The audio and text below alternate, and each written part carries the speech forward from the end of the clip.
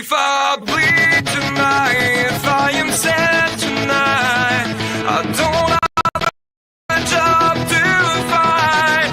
And if I work tonight, if I'm so tired tonight, I'll fall asleep when I'm home.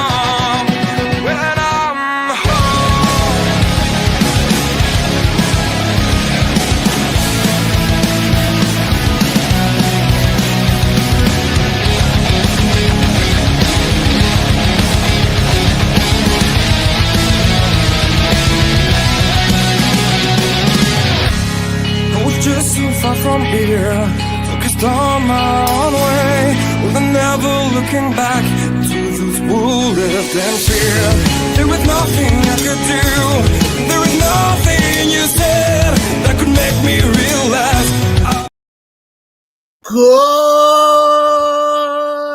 Good evening, everybody, live from the Max and Rex Express Studios, guys. I can't wait for this to happen.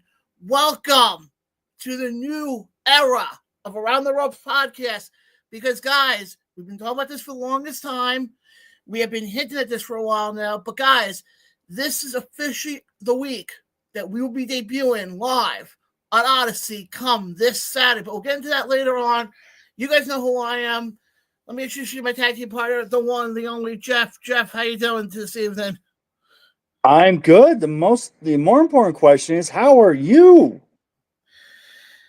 Yeah, it's been a rough week, to say the least. Can we just mention, okay, about 2 months ago, I was in a very nasty car crash, which kept me off the air for a couple weeks. And what happens to you last week? Car accident. Yeah, it was. I think us New Yorkers are not good drivers, man. But the funny thing is, I was all prepared to do the show last week from the hospital. I remember we were talking, and I said, probably not a good idea. You and a lot of other people, including my girlfriend, kind of looked at me and said, "You're nuts." So how is Amanda? How is everyone doing? We're doing good. I think now it's not so much more of the pain factor anymore. I think it's just more of thinking back to the fact that a week ago, basically a lot of stuff changed. Yeah. For me. And as I was told by a few people, if certain things went a different way, I probably wouldn't be sitting here right now. It is a very scary thought. And it's very serious when you look back and you think about that. My kids feel the same way about the accident we were in. It's just not fun. And I alluded to this a few weeks ago, the pain that it causes you. Like, I can only imagine the pain that wrestlers must be going through, because they're doing this night in and night out. You and I were we're here, we're alive, we're talking. So obviously things are a little bit different, but And I also want to thank everybody for the warm wishes over the last week. It does mean a lot. And I know I kind of kept silent on this on social media. I didn't really talk about it that much until I did my Facebook Live last night. But guys, in case you are unaware of what I'm talking about, I'll just bring it up quickly. I was involved last week in a car accident. Basically has kept me out of work now for the last week. I don't know when I'm returning. And basically has kept me very local, to the point that I actually was not able to make it to the Dynasty show this past weekend. But I am fortunate enough that my co-host was able to make it. And guys, we got a lot of stuff to get to in that show, because a lot of stuff went down, which is very typical for a Dynasty show. Yeah. I think I messaged you, John, the good, the bad, the ugly. Yes. And what I want to do, with your permission tonight, is I want to kind of go over the show and then use it as kind of like a metaphor and a parallel to wrestling as a whole. Yeah. And if you see me looking off screen, it's because I'm trying to look at some of the notes I sent you from Saturday night. Yeah. I must have sent you probably about 47 messages with updates and, musings and everything that was going on. Right? Yeah. Well, before we dive into it and kind of look at the good, the bad, the ugly, overall, looking at it now, 30,000 feet above, how did you think the show went overall? Overall, the show's, Chris Envy puts on a really good show. I felt the show was entertaining. I felt the storylines were there. Fan interaction is always big with the Dynasty shows, which is very important to me. So I had a great experience. I know my wife had a really good experience as well. And it was just overall enjoyable. From what I saw, and I want to give a shout out also before we go further to the photographer Jason Zupardi, who man, he was all over the place. He did a great job. I saw a lot of the photos from the event, and some of the shots you saw. I mean, there was one shot you saw with Gemma, who's the new Diamond Division general manager. Yep. She had such a look of disappointment on her face, almost. Mm-hmm. Now, I don't know if that's because she's playing the character of Gemma, because the look on her face, it almost reminded me, and I think I told this to you at the last show when they first introduced that she was going to be the new general manager. I got almost like Stephanie McMahon vibes. I don't know if you got the same feeling with that with her. She definitely does have that Queen Bee mentality, the way she walked, the way she presented herself, the way she was presenting the division and the belt. She had a very serious, very, like in the moment kind of facial expression. And the reason for that, and we'll talk about this more in a second, they were going up against several men's matches as well. And so I think that she wanted, her tournament to kind of be the story of the night rather than the men's matches. So, and I get where she's coming from, because it's been a while since they've done the all women show. I think it's been at least a couple of years. I could be wrong on the exact date of the last Diamond show was. But I mean, they definitely have. I will say this much though: look at the pictures of who was there, and knowing some of the names that was there of the Kelly Maddens, the Tina San Antonios, the Amity LeVays. You also have to remember, you have those pieces who are going to be part of your women's division. Plus, you also have Layla James and Taylor One-Shot, who, let's be honest, they pretty much ran that division last year. Yeah. Yeah. And I remember coming on air multiple times. I mean, great example. Go back to, they had the show in Altamont back in August, the fair show. And that was the big turn where then general manager Kristen DeVille turned on Layla and joined forces with Taylor. And I said it on the show that if it wasn't, that they were probably one of the best matches I've seen. And they have if this is going to be the foundation for the women's division going further in Dynasty, where it's, like I said, you have the Kelly Maddens, the Tina San Antonios, the Tiara James. You have a good foundation. Now it's, where do they go from here? That's going to be the big question. Because now it's like, okay, you had that moment. You had that moment. Sorry to cut you off there, Jeff, for a second. But you had that moment. You had the show about you.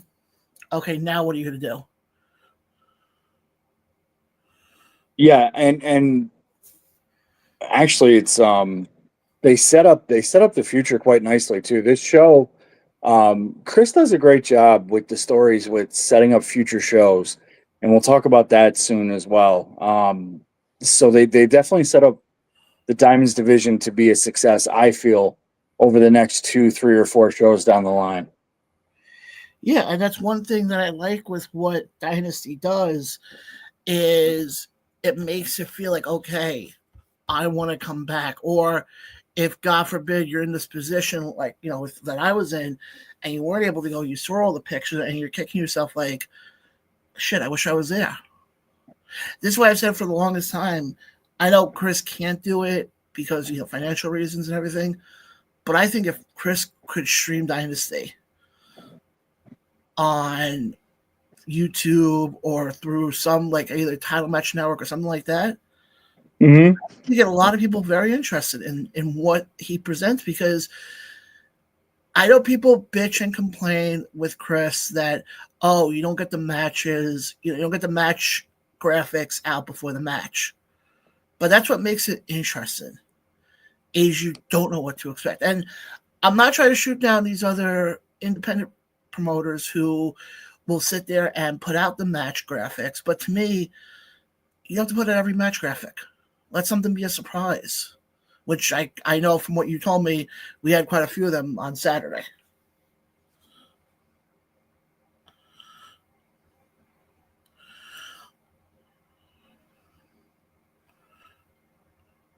Jeff, you still there? I think we just lost Jeff here for a second. Let me just go to the comment section here right now. You did not lose me. Okay. I was going through my messages. I'm sorry. Oh, you're good. You're good. Mark says, good to see you back on, John. Thank you, Mark. I appreciate that. Billy says, hey guys, I'm on my way home. I'll be on soon. Listen to you as I drive. Oh yeah, Jeff, I forgot to mention we have a guest on tonight. Our friend Billy. Yes, who got the chance to call all the great action from this past weekend. We also have Mark, who chimed in going, John, hope you're doing good, brother. You're still in my prayers. Jeff, I have also a hello for you. Hold on. Not from there. From Amanda. Hello.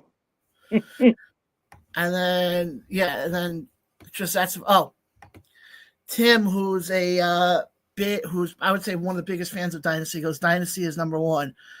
I will say this much. I think if this is the way Dynasty is going, 2025, and we've said this before, we said this going into the last show, that 2025 is going to be a big year for Dynasty. I think from what my understanding, from what I saw in the few video stuff, and we'll get into some of the bigger stuff later on, yeah, 2025 is definitely going to be, you're not going to want to miss it if you're a fan of Dynasty. Definitely.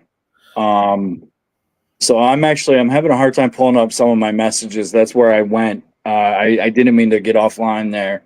I was trying to pull them up. So I'm going to try to do everything from memory here, John. If you have access to the Facebook chain between you and I, yep. Because I'm trying to pull it up and it only goes back to today. Yeah. So let's talk the good. Okay. Let's go good. All right.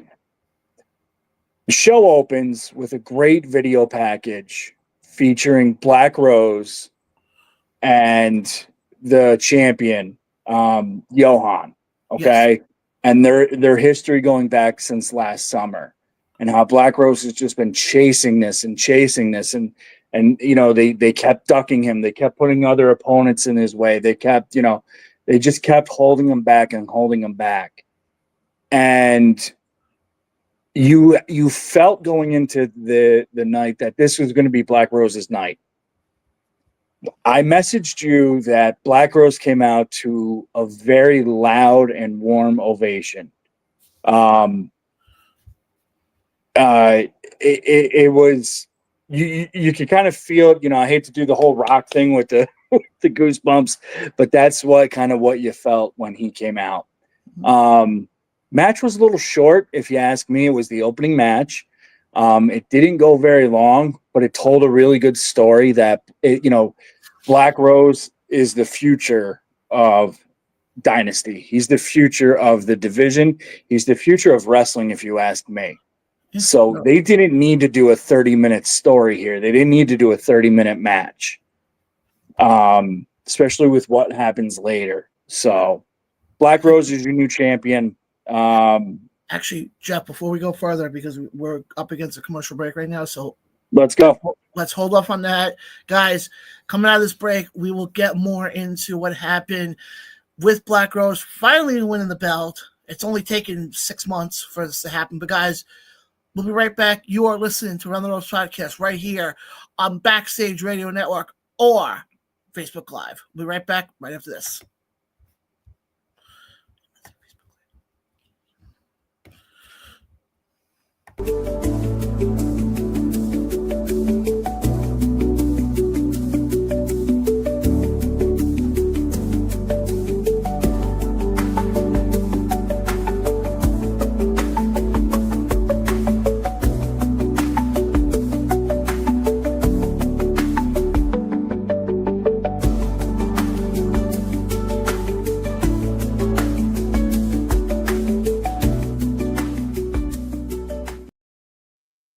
And we are back live here on the Run the Ropes podcast. Guys, before we get back into what you were talking about, I want to get into some of the comments that we have here. We're going to hold off. I know there's been a lot of discussion in the comment section right now about the heel turn that we saw, but I want to get into that later on. I got a comment coming in here. I do want to pick this up. It's actually from my sister. Basically says, "Hi, John. I'm happy to see you back in your happy place where I know you definitely belong. You are so much happier when you do this. Thank you, Jen. I appreciate that." And our friend David from across the pond says, "Hey, fellas. John, glad to see you are back and well, my friend." Guys, I appreciate all the love and support. But, guys, let's get back into the Dynasty talk because, yeah, it was the fact that they finally pulled the trigger on Black Rose winning the title. I thought it was long overdue. Being a new Dynasty fan myself, I can't give my opinion really one way or the other. But being at the last show and watching what he has gone through and watching that story and then that video package that Chris Envy put together, and kudos to him for really putting together a good package. Because it filled me in as a new fan, and it made me invested into the storyline.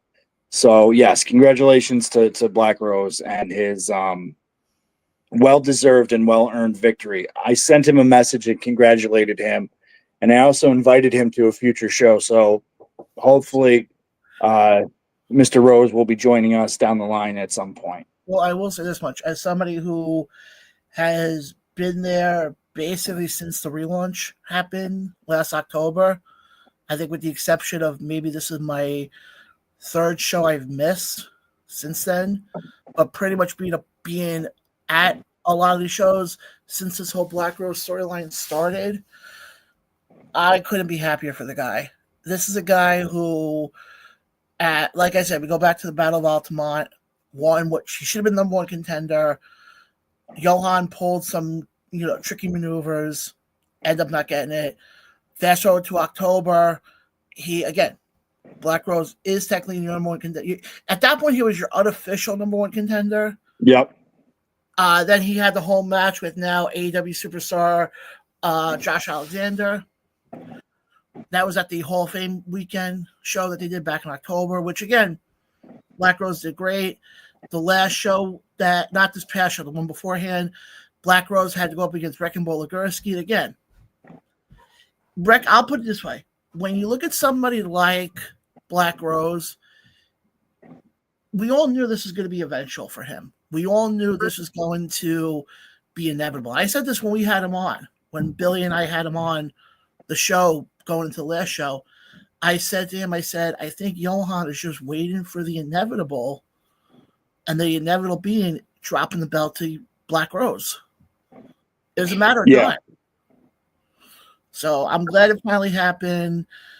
And now the question is, now that Black Rose has gone from the hunter to the huntee, and now he has a target on his back with guys in that locker room with like Fox Figure, Sergeant Fury, Johan, because Johan's going to probably want to go for a rematch coming up soon.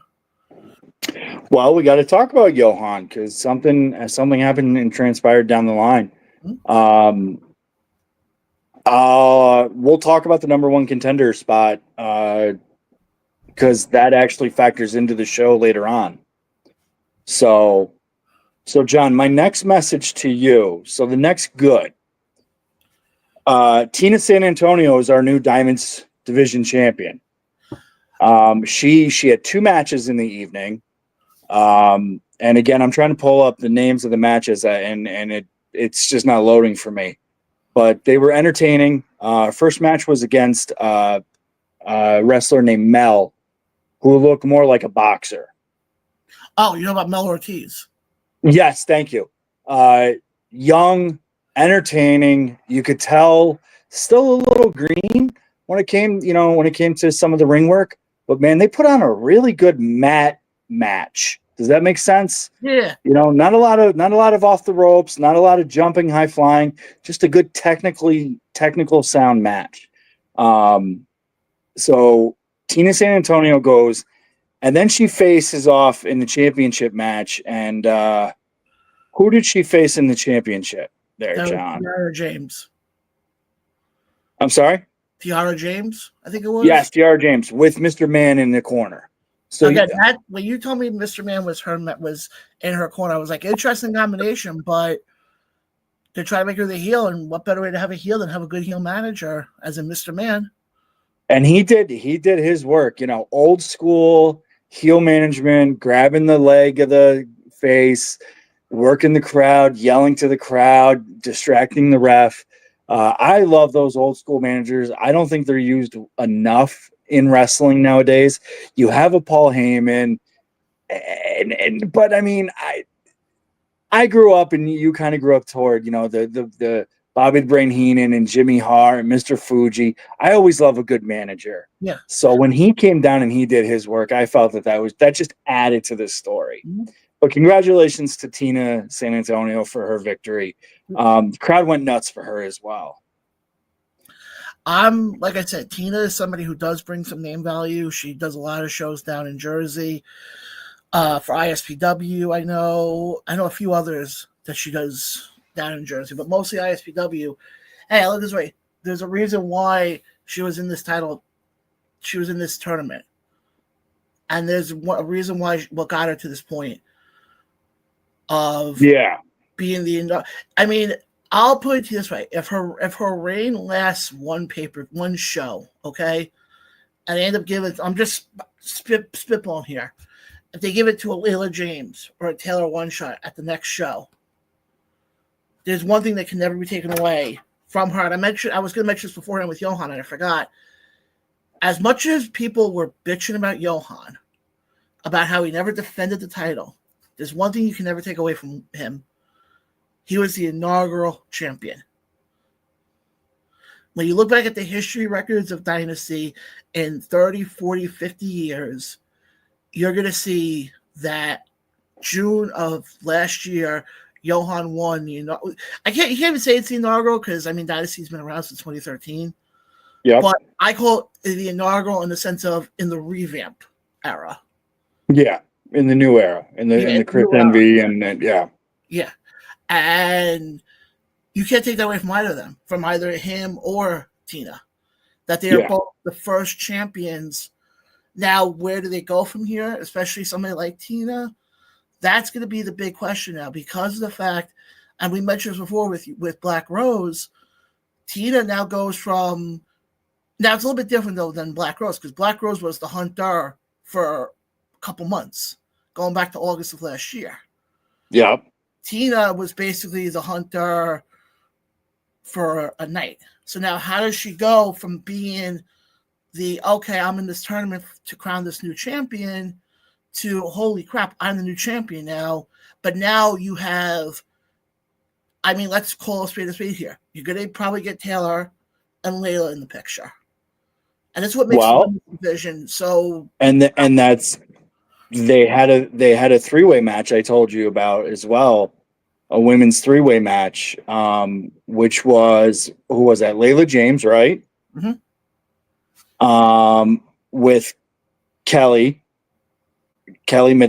Madden. Yes. And then another name that escapes me. Who was that other? Who was the third name that came down? I'm trying to see. Because originally it was just Layla James versus Kelly Madden, and then that third wrestler came down because she was attacked earlier in the evening by Layla James.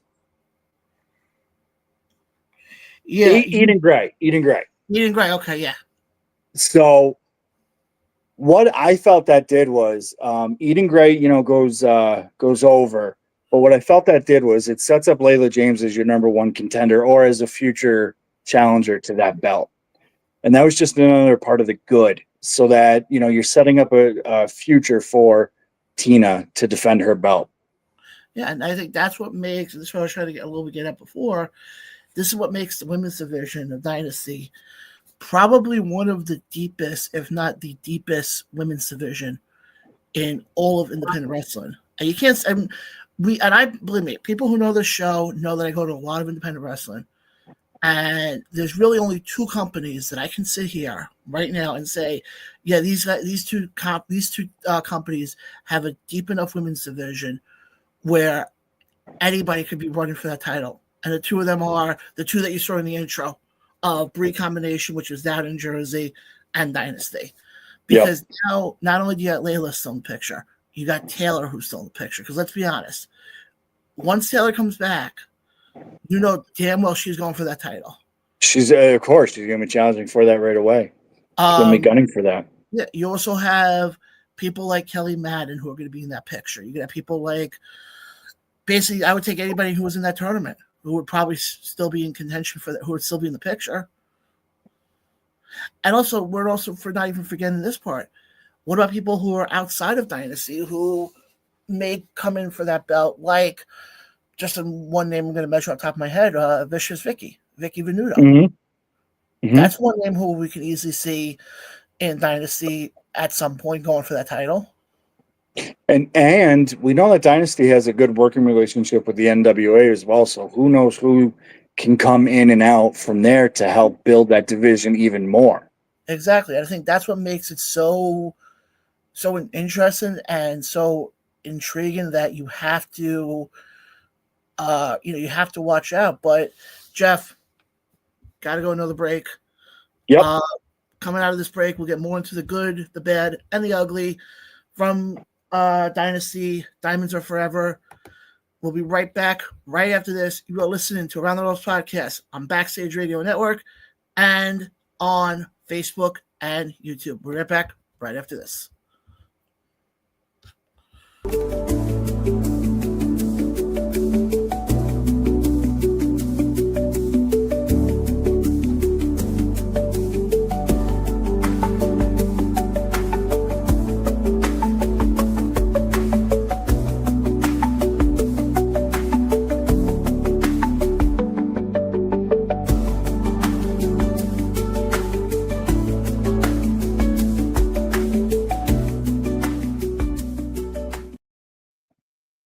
And guys, we are back live here on the Round Ropes Podcast. Jeff, I just want to correct you on one thing. I'm just going through the notes here quickly as we were in the commercial break. And the triple threat match you were talking about before was Layla James, Eden Gray, and it looks like Emily LeVay. Yes. I'm sorry. Okay. She was planted in the crowd earlier in the evening. Layla came out and cut a promo on her, and then she came out during Layla's match and made it a triple threat match. Okay, I just wanted to because I was just happy to scroll through it, so I was like, okay, I want to clarify that for people who are watching. But again, Emily LeVay, that's somebody else who has a big presence down in Jersey and a big presence on Long Island. She's part of NYWC. I know as of now, she's the current Goddess champion for Titan Championship. She is, yeah. She had her belt with her too. So, yeah, it was fun to see the three of them work too. Because you had a flyer, you had a powerhouse with Layla, and you had, kind of someone who can work the ring and work the ropes. So I always like to see like a good dynamic like that, Well, the thing also, you got to remember, Eden Gray is also coming off of a major injury. Yes. She's coming off of, I think, an Achilles injury or some bad injury that took her out for most of the year. I think this must have been one of her first shows back, was this show. So speaking of injury, and this was almost funny. So this is kind of bad, but it turns into good. Okay. Mm-hmm. After the intermission, Spencer Slade from the NWA is announced out, and he cuts a really good promo thanking Dynasty for inviting him, saying, hey, there's some great talent here. I challenge anybody to the back to come forward, and let's see what you got, Albany. Let's see who you can. And who comes out but Joey Conway, right? Joey Conway comes out to a crowd of boos, as always. Now, Joey's walking around the ring doing his heel work, and Joey legitimately now trips and falls and looks like he breaks his ankle. And this isn't a work.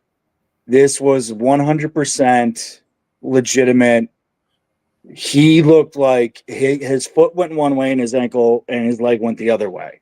The Oof. fact that he was able to work a match after that is beyond me. So Joey stands up. He gets a little, pop for that, for rolling into it. And he works it into the match. And then him and Spencer Slade go on to have what I would call the match of the night. They work a technical match. Spencer Slade German suplex Joey 9 times in a row. Oof. This might have been one of Joey Conway's best matches, and I told him after the fact. They told a story that just had you on the edge of your seat. And Joey did such a good job that by the middle to the end of the match, the crowd had turned on Spencer and was chanting for Joey. Wow. So what does that tell you when two workers of that caliber can do that? And you can tell who's working the crowd. I'll say this much about I've seen both of them perform hundreds of times, and from what you're saying, the fact that they were the match of the night doesn't shock me at all. You got somebody like Spencer Slade. I remember the first time I saw him, it was back at Immortal Championship Wrestling. Yes. Yeah. I remember I looked at him, and I remember this one because a good friend of mine, Ryan Peterson, was the ring announcer for this show. And Yep. I can't believe I actually remember the match. It was him and Bill Collier. Was I there with you? Was that when you and I met that night? No, I don't know. I don't think so, because this was they were at the area where they always do their first show of the year in February. Johnstown, yeah. This was the main event of that show, because I remember this is also the same show where Richie got Breakout Star of the Year. Okay, so this was right before we met then, because Yeah. I ended up meeting you later that year. Yes. And I remember saying it then, that watching Spencer Slade live in person is, I think, the closest anybody's going to get to seeing a younger Kurt Angle. That's funny. His moveset, you could tell, was inspired by Kurt Angle, Mr. Perfect. He had that look, he had that moveset, and a little bit of Brock Lesnar just because of his physique. Yeah. So now we go. Oh, go ahead. Oh, no, I was going to say, just the fact that you got him there with somebody like Joey Conway, who's a natural born heel,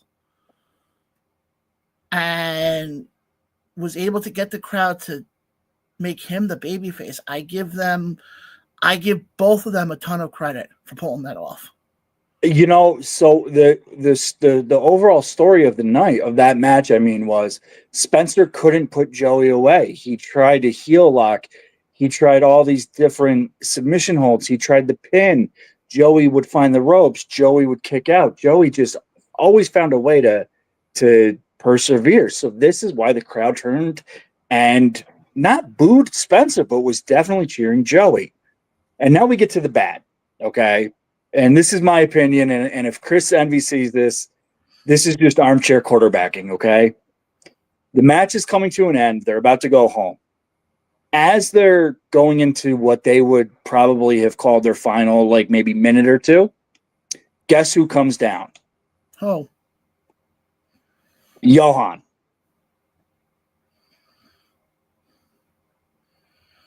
Okay. Okay. He comes down and he hits Conway with a chair.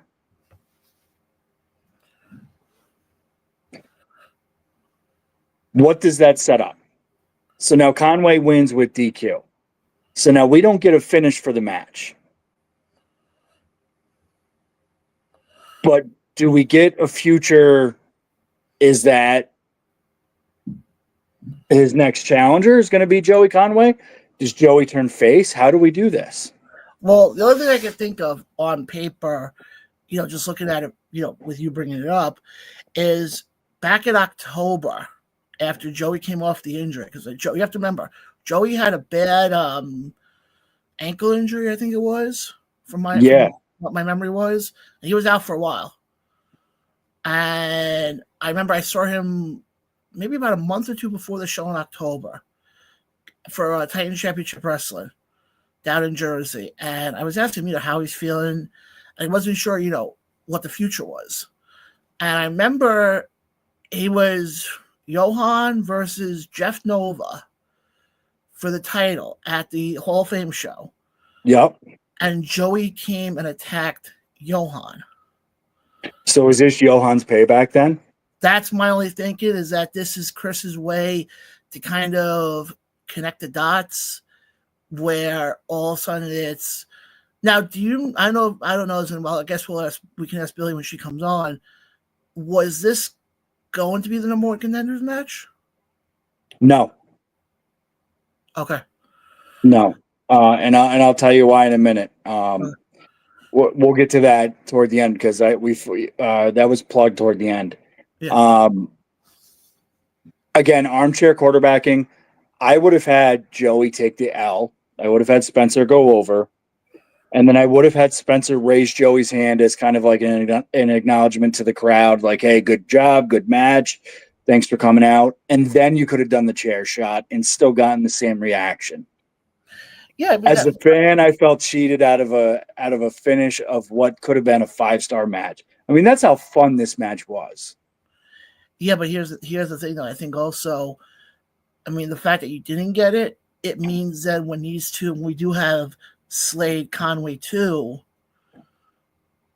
at some point, it's gonna make fans be that much more interested in, okay, are we gonna finally get that ending now? Yeah. That, we almost got the full ending at, the Diamonds Are Forever show, and we never got it. So now is it going to be one of those things of, well, the next time these two go at it, which honestly, I mean, you want to talk about two guys who could be who could easily make an argument for a shot at the title. Those are two guys right there. So how close are we to a break here, John? Because I don't want to get into anything too serious before we have to bump into a next we got break. about 5 minutes. We got about 4 minutes. About 4 We got about minutes. 4 minutes. So I spoke to Chris Envy toward the end of the evening, plugged a couple matches coming up, plugged a couple of events coming up in June. Yeah. The number one contender, the match is coming up. It's going to be a ladder match, either at his Schenectady or his Rotterdam show in June. That's how we're going to determine the ladder match. So do we see Johan and Joey in that? Who else do we see in that match? I mean, I'll tell you right now, I think if it was me and I was armchair booking that number one contenders, if I remember last year, I think it was six of them were in that. I think right off the bat, I think it's Fox. I would put Sergeant Fury. I would put Conway. I would put Johan. I would put Jeff Nova. And you had to put a 6-1. Maybe you add the good guy just to fill out, just to round it out, just to kind of get the crowd work into it. Yeah, I mean, I got another one. You could also go, if you want to go another route, why not get Spencer Slade? We're getting him back. His look, I'll tell you, it reminded me of a Kurt Angle circa 2000. Yeah. Just the way he moved was impressive. So, but that doesn't happen with him, though. Every time I've seen him in action, he always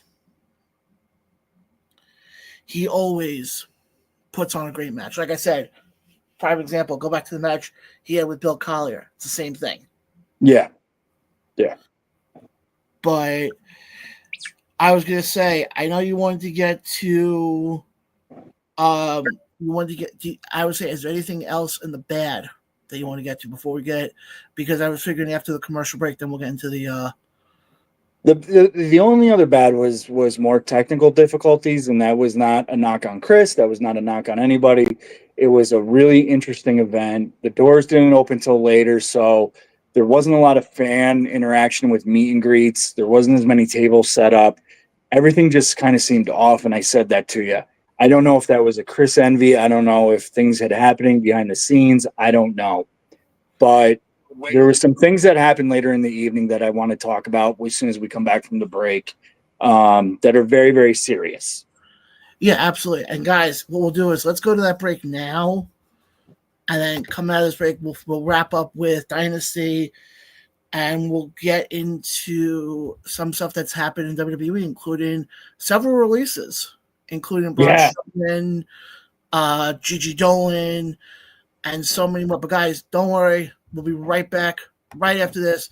You are watching or listening to us via Backstage Radio Network or the Around the Ropes YouTube and Facebook page. We'll be right back right after this.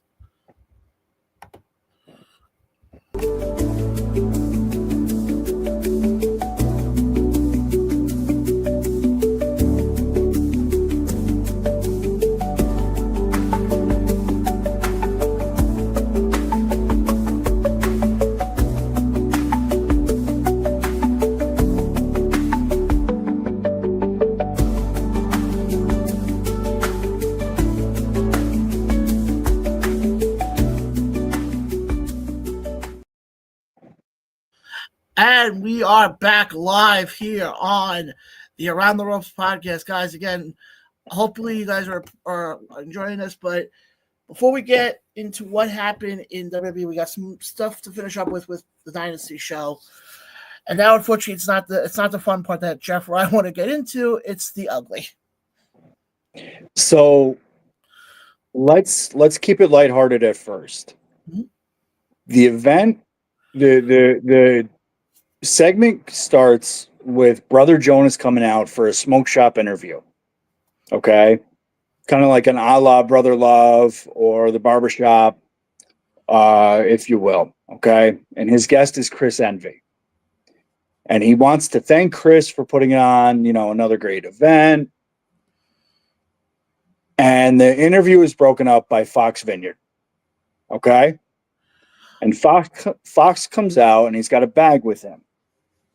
And he says, "Hey, Chris, when you were at a recent event out of your house, I snuck into your house and I took your wrestling boots." And he holds up Chris's wrestling boots. And he said to Chris something along the lines, now that you're retired, you can put these on eBay to sell to raise money for your wife's fake disease. Now, for those unaware, Chris Envy's wife, Ashley, beautiful girl, amazing person. I've known Ashley since I think she was 13 years old. We go back. Ashley was recently diagnosed with a brain tumor. Further details are coming. There is a GoFundMe that you're going to plug down the line. Yes.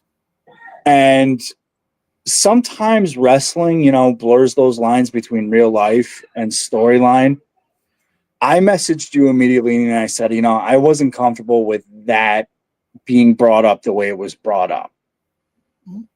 It obviously sets up a match down the line, later in the night for Chris versus Fox. Okay. I just wasn't happy with how the segment went. I get what you're saying, but hold off on that thought for 1 second because our guest has arrived. Okay. So would you like to, how about this? I'll give you the luxury of doing the intro. No, this is all you, John. This is your show. This is your world, dog. I just live in it. Guys, I figured since we're talking Dynasty, and this is our first show on Odyssey coming up this Saturday, I figured we had to have somebody on who was on call for what we've been talking about for the first hour. Some would consider her the Gene Okerlund of backstage interviewing. Some would say she's the Bobby the Brain Heenan of commentating. But returning to the show, the one, the only, your friend Billy. Billy, welcome back. How you been? Hey guys, what's up? So, hi Billy. Hi. So I was just talking about the Brother Jonas interview. Okay. And how the smoke my show. Personal feeling, because I've known Ashley Miller for almost 20 years. Oh, okay? I know. I was watching. Not watching, but listening. And I was not happy with that segment, what Fox said. I felt legitimately it went too far, but some of the best wrestling promos are built from real stories, correct? Yes. So what was your take on that? Was it too far? Did it tell the story? Because it's going to set something up down the line, and we're going to talk about in a few minutes. So what did you think of how that went? I mean, I think if anybody knows me, on commentary, I literally stood up. I'm pretty sure. Yeah, I literally stood up during that. And what the actual hell? Like, it was too far. It's a blurred line. It's a storyline as well.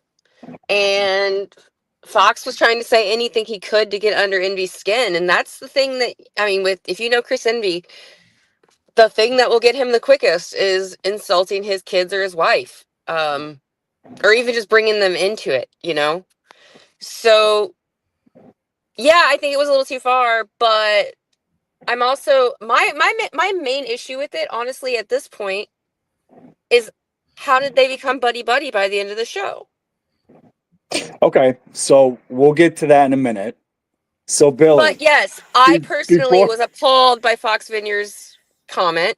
Storyline or not, I just dropped you guys, sorry. Storyline or not, it was too far. So Chris attacks Fox. And then you and I made a comment later because this closed the first segment of the show. Right. There was a table spot. Oh, poor Jonas. There was 2 table spots.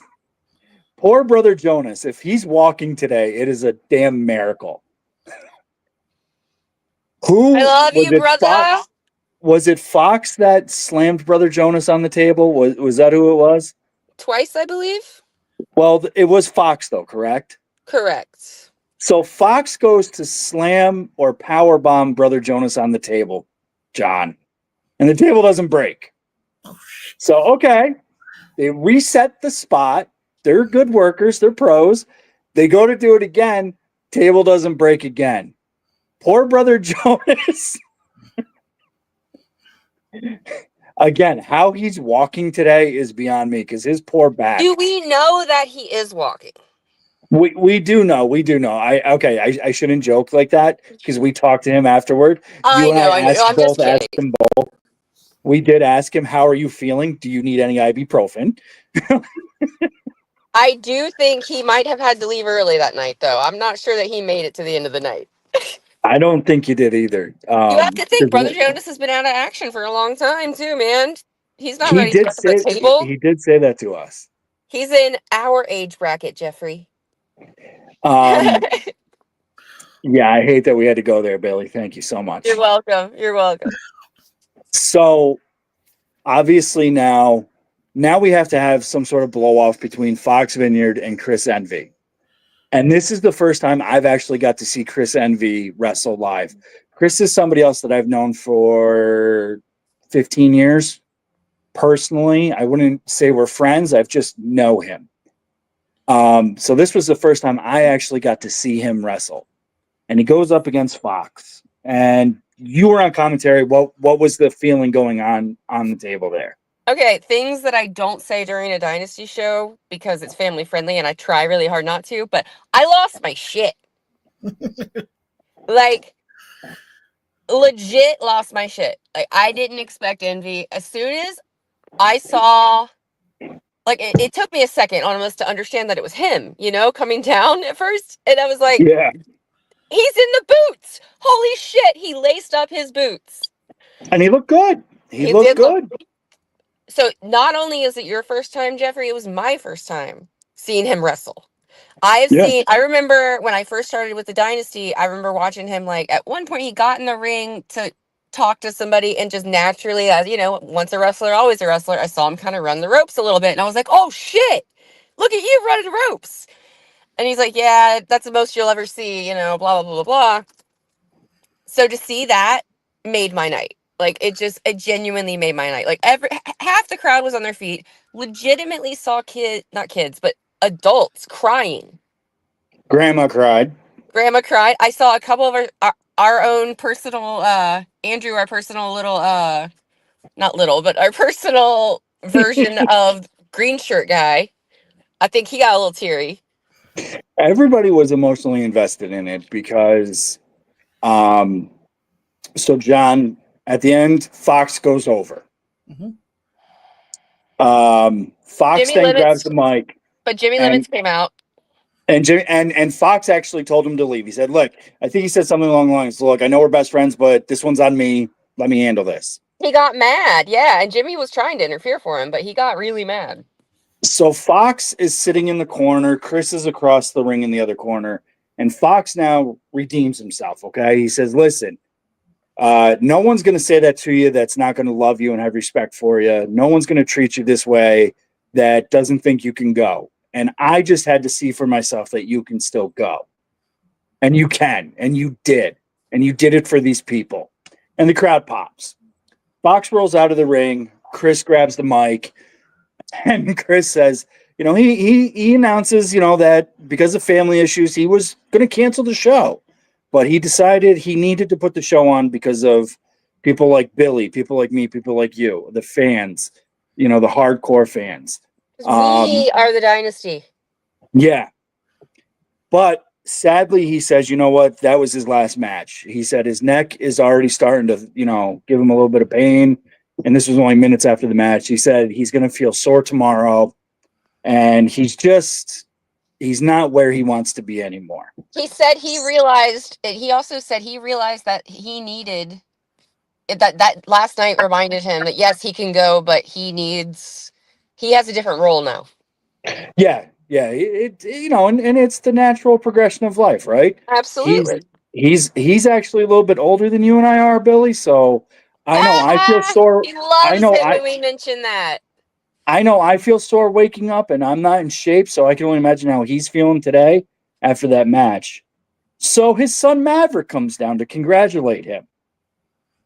And it's a tearful moment. I mean, everyone's on their feet, everyone's cheering, and then everyone's cheering one more match, and Maverick's there just admiring his dad. And Chris turns around and he kind of waves and he turns back. And what happens, Billy? Maverick super kicks his dad. Kicked him into Schenectady, New York, all the way out of Albany, I'll tell you. Breaking hearts as he did it. Like it was, I looked at that boy as my nephew. I love Maverick Envy. I've never been so disappointed in my life. I met Maverick when he was probably 6 or 7 years old. Again, I'm not saying we're friends. I'm just saying I've known the family for a long, long time. To see what he did to his dad, I was angry. So I was angry from the whole, your wife's fake disease thing. And then I was angry.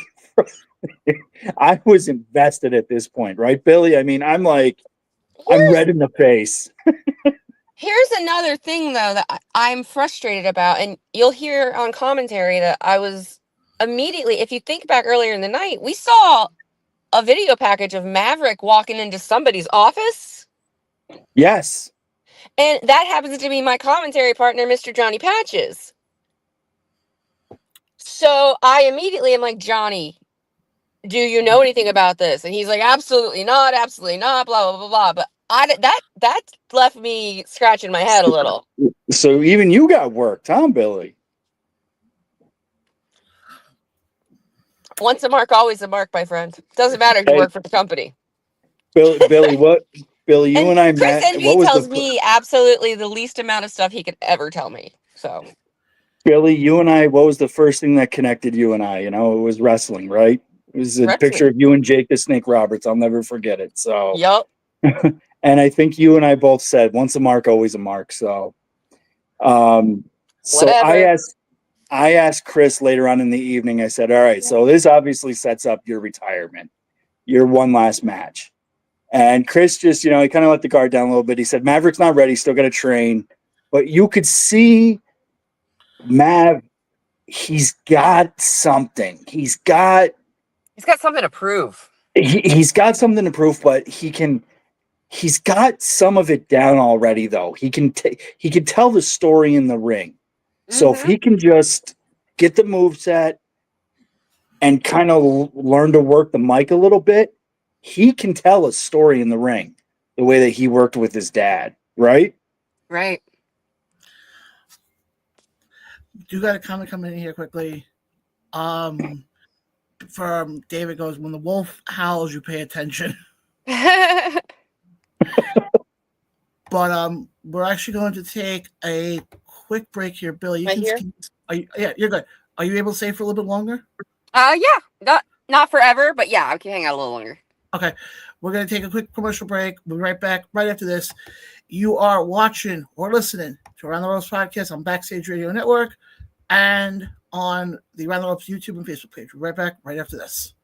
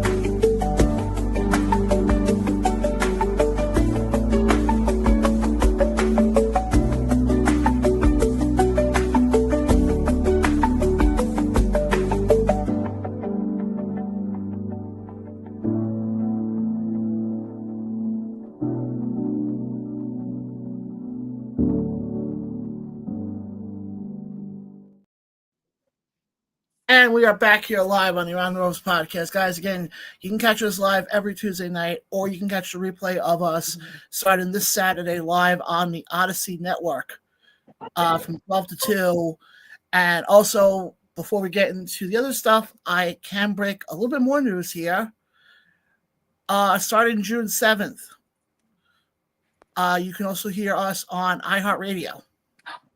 That's so awesome. Congrats, dude. Thank you. We are excited. We really are. Yep, it's good. We've now gone from 3 streaming platforms to 39. iHeartRadio. Yep. Listen to you, Billy. I just, for our fans out there, I just kind of want to give a quick kind of lift the curtain here a little bit. Billy and I met exactly almost 5 years ago to the day. Holy crap, you're right. We connected over wrestling immediately. And about 3 years ago, actually it was 3 years ago, almost to this day too, Billy, I messaged you that I'm bored, I got nothing to do, and you said, come do a show with me. And you brought me to my first independent wrestling show. So I blame you for all of this. Good. I'll take it. That's my job in life, I believe, is just to introduce more people to independent wrestling shows. Well, but then about a year later, I meet John, and John and I become friends. So this is how this little triangle on the screen here formed, and it's all thanks to Billy, our friend Billy. Ah, shucks. It's the universe, dude. But Billy, in all seriousness, before we get back into the Dynasty stuff, with tonight being our debut episode on Odyssey, I was talking to Jeff over the weekend, and I was like, I want to have somebody on to kind of make tonight feel big. Right. And that's why I was like, let's see if we can get Billy on. I know you were supposed to be on last week with us, but unfortunately, life kind of got in the way on that one. I almost did tonight, too. Life has been busy. Single mom life, man. That's the number one reason I'm always stressed. And then you and your life. I don't know. Actually, Billy, what you don't know is I was also in a car accident about 2 months ago. So I missed several weeks myself because of that. So what? Wait, how? See, I've been so busy with my own crap. I'm so sorry. Okay. No, and this Billy, is why I need to be the driver, gentlemen. Well, you've criticized my driving on more than one occasion, Billy. So maybe I need to take your. John's too. Yeah. We're not gonna talk about the ditch story. I was literally trying not to bring up your ditch story, but There's no way to go around it. literally there was. You just chose to go in it. Yeah. Oh! I just happened to drive really fast, but actually my accident wasn't my fault this time. So anyway, the beauty of what happened on Saturday night was, and Billy just said, once a mark, always a mark. You know, Dynasty tells a story and it gets you invested. And sometimes wrestling can be so predictable, and that's not a bad thing. You know, you could see the Mav spot coming a mile away, but that's not a bad thing when they do the story right. You know, John. And I turned around and I saw Billy standing up, going, "Oh my God!" You know, when you do it right, wrestling. There's nothing better than wrestling to me. You know, it's funny looking at it, you know, from this perspective. That what Mav did, I'm not putting it on the same level, but as wrestling fans, hopefully you guys will get where I'm going with this. This is very much like the Dominic Mysterio. Oh, Rey Mysterio. I'll explain why. Why. You look at Dom, okay? We've gotten to a point now. All you have to say is Dirty Dom, and you know exactly who we're talking about. He's kind of out. Not saying he's, you know, out of the shadows of Rey. I mean, Dirty Dom or Daddy Dom. Yeah, it depends how you look at it. I'm not calling him that, Billy. I'm not. Just once. Nope. That's on Around the Ropes After Dark. Okay, all right, sorry. That's once you get to Patreon. Hey, give us time. We'll be there. But, you know, again, but wrestling doesn't need to reinvent itself wrestling doesn't need to create, you know, it can tell the same story. It can use a Dominic and a Rey Mysterio if it's done right. But that's what I was saying with this. If it's done correct, you know. That's what I was saying with this is if done correctly, people are going to turn around, not saying it right now, but give it a couple of years. As you say the name Mav, they're going to know who you're talking about. Yeah. Without having to say, oh, Chris Envy's son. Hey, real quick. Hey, Billy, before you hopped on, I talked about the Joey Conway Spencer Slade match. I was listening. Did you think Joey broke his ankle when he fell or what? So from where our commentary table was, I couldn't see that corner of the ring because of there was something blocking it. So all I saw was Joey being a heel, Joey being a heel, bloop, and just no more Joey. And then the crowd going, and then him popping up and being like, "I'm okay," and then being an asshole again. Do you think that my assessment was accurate when I said that the crowd turned, that they were cheering Joey and not necessarily booing Spencer, but they completely turned and Joey was the face that night? I don't know that either of them were fully faces. I think there was a lot of respect and mad respect for Conway. He and I have a contentious relationship he was one of my first ever interviews backstage, and it was just brutal, just screaming at me. Don't listen to her. She is not, just not a nice person for your friend Billy, right? So I hate to give him props, but I think the crowd honestly grew even more respectful for him after those 9 freaking German suplexes in a row. They didn't stop. John, it's not like he did 3. They did some moves and then 3 more. He did 9 suplexes in a row. How amazing is he though? Joey Conway's got talent. I don't tell him I said that, but he's got mad talent. And then Spencer Slade brought out the best in him, and Spencer Slade is no joke. I've seen it. Yeah, I was at that Immortal Bill Collier match. I knew exactly what you're talking about, John. Yeah. And I remember standing there with Mike King at that night, and Mike going, turn it, because I was chatting with a Sony, shocking. And he was like, "Turn around, watch this. This is going to be like a pay-per-view level match." And he was right. Yeah. Because I Spencer told, Slade brings out that level in everyone. And that's why he's with the NWA. yeah, I'm sorry, Billy. I didn't mean to keep interrupting you. It's all right. I went to Joey and I shook his hand. I said, Joey, that was the best match your best match that I've ever seen. And I sent him a message afterward. I said, I meant everything I said, that, wherever you go from here, I'll be following you. But that was just some of the best work.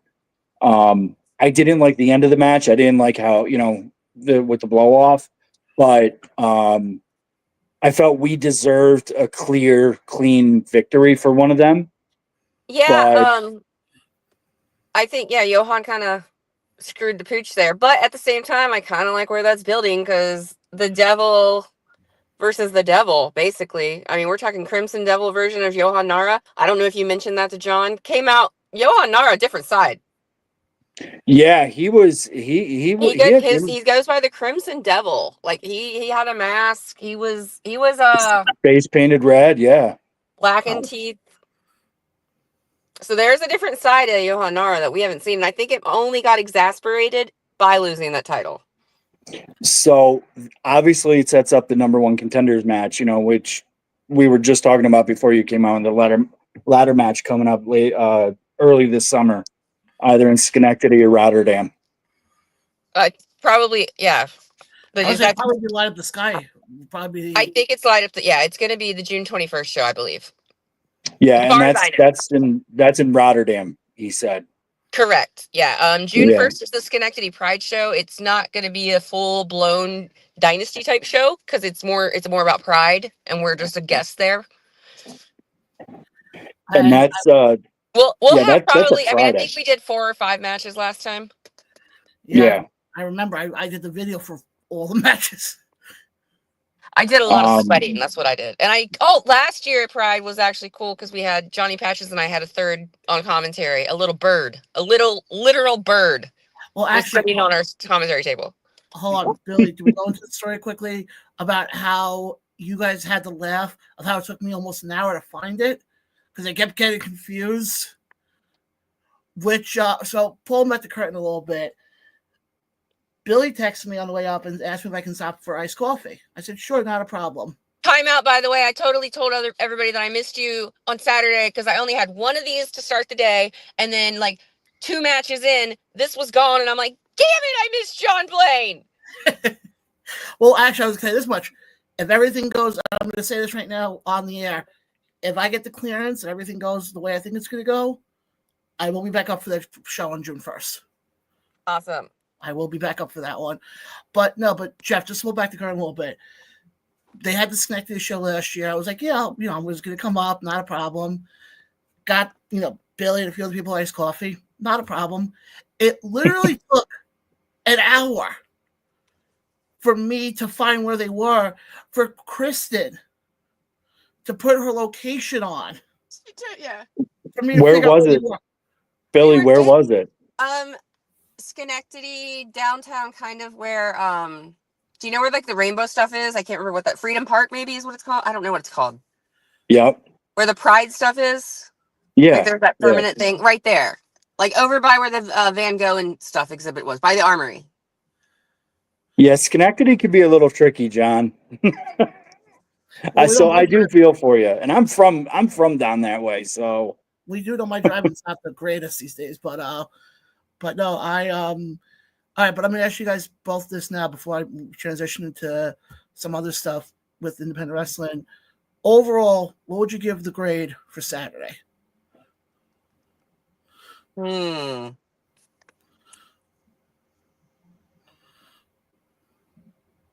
Jeffrey? give it a 7.5 out of 10.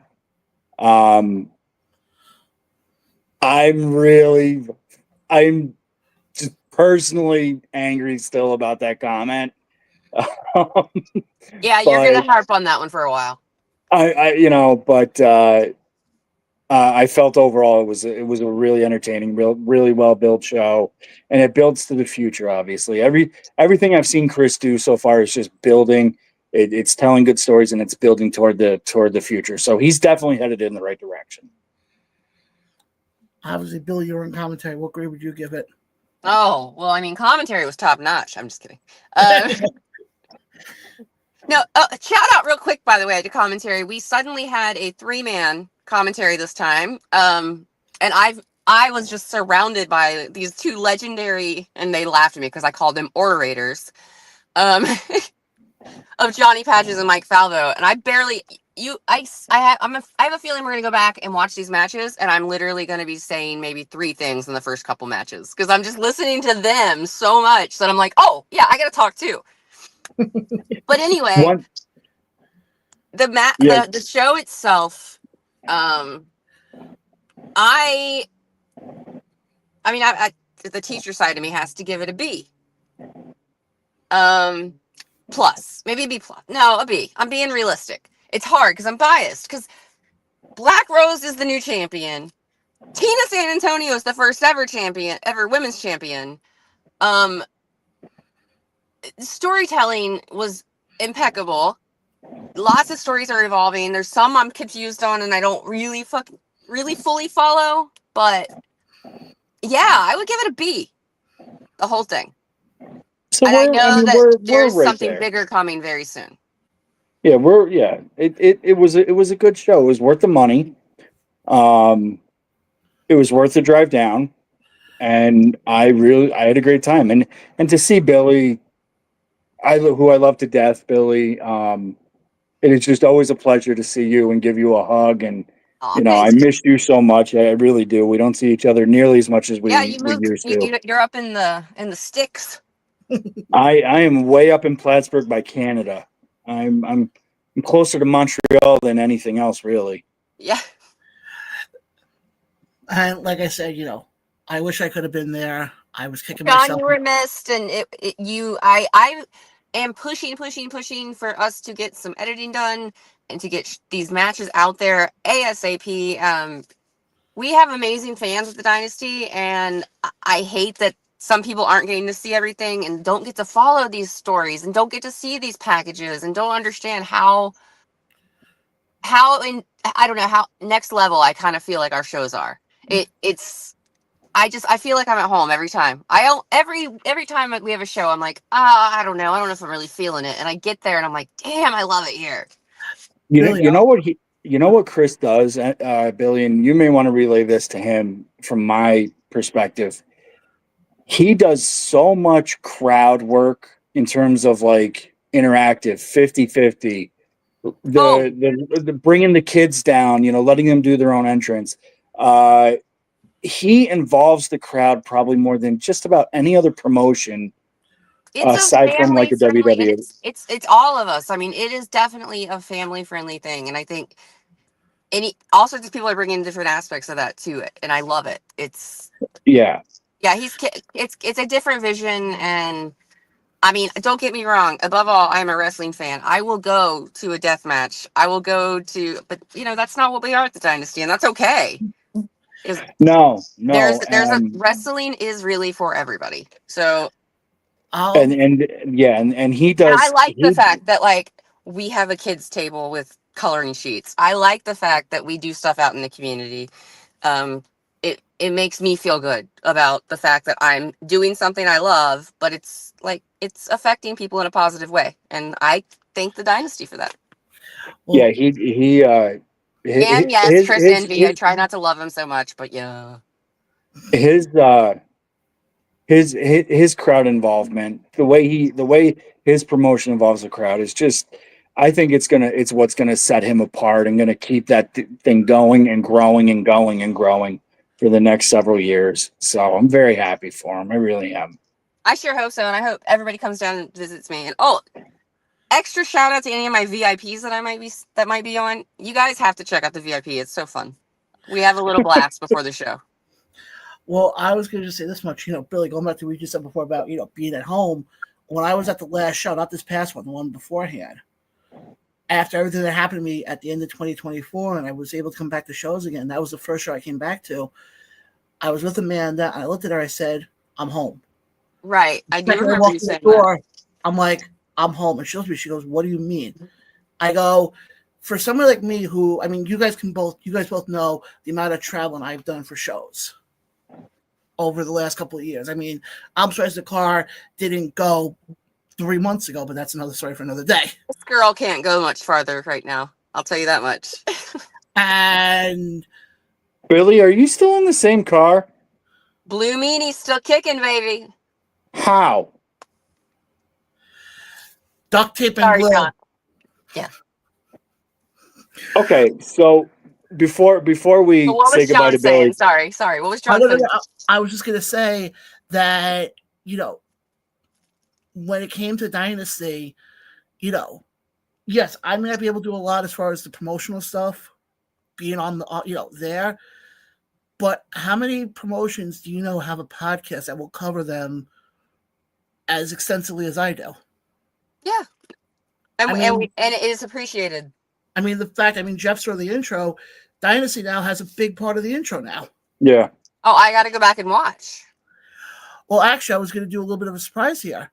Oh. Because I did not replay the intro at the top of the hour, and we got to go to commercial break. Jeff? Yeah, I'm Why here. don't we replay the intro? Go ahead. All right. Guys, we are going to be right back. You are watching the Around the Rose podcast right here on YouTube and Facebook, and listen to us on Odyssey through Backstage Radio Network. We'll be right back right after this. If I bleed tonight, if I am sad tonight, I don't have a job to find. And if I work tonight, if I'm so tired tonight, I'll fall asleep when I'm home.